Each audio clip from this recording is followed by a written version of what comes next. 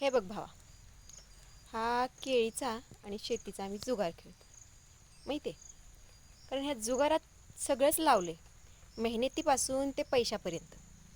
पण आता व्यापारी कसा डाव टाकतोय ते काय माहिती नाही. कारण जिंकलो तर चांगलंच, हारलो तर मात्र मातीत. कारण ह्यावर सगळंच पणाला लावले.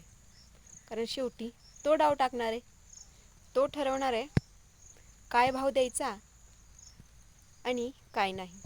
खरं ना? कारण शेती पिकवतो एक आणि त्याचा भाव ठरवतो एक. काय अजब कहाणी आहे ना. कष्ट एकाने करायचं आणि जास्तीचं फळ मात्र ह्या व्यापाऱ्यांनी घ्यायचं. आणि शेतातनं माल घ्यायचा म्हटलं की माझी तरुणाई, माझे हे घेणारे लोक 10ला 20ला 15ला म्हणतात. आणि ज्यावेळेस हाच माल गाड्यावरून किंवा मॉलमधून विकत घेताना 60 रुपये डझन जरी असलं ना तरी घेतील.